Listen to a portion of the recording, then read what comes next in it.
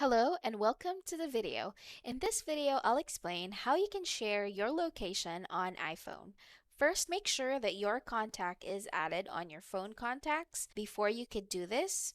So let's go ahead and look for a contact and then scroll down below and look for Share My Location.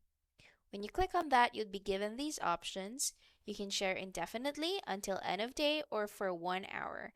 Now, it's not recommended to share indefinitely for privacy purposes, but usually people choose for 1 hour. So go ahead and click on that. Now, once you click on that, it would say stop sharing my location, and it should show on your text message with that person you're sharing location to. So as you can see here, you started sharing your location.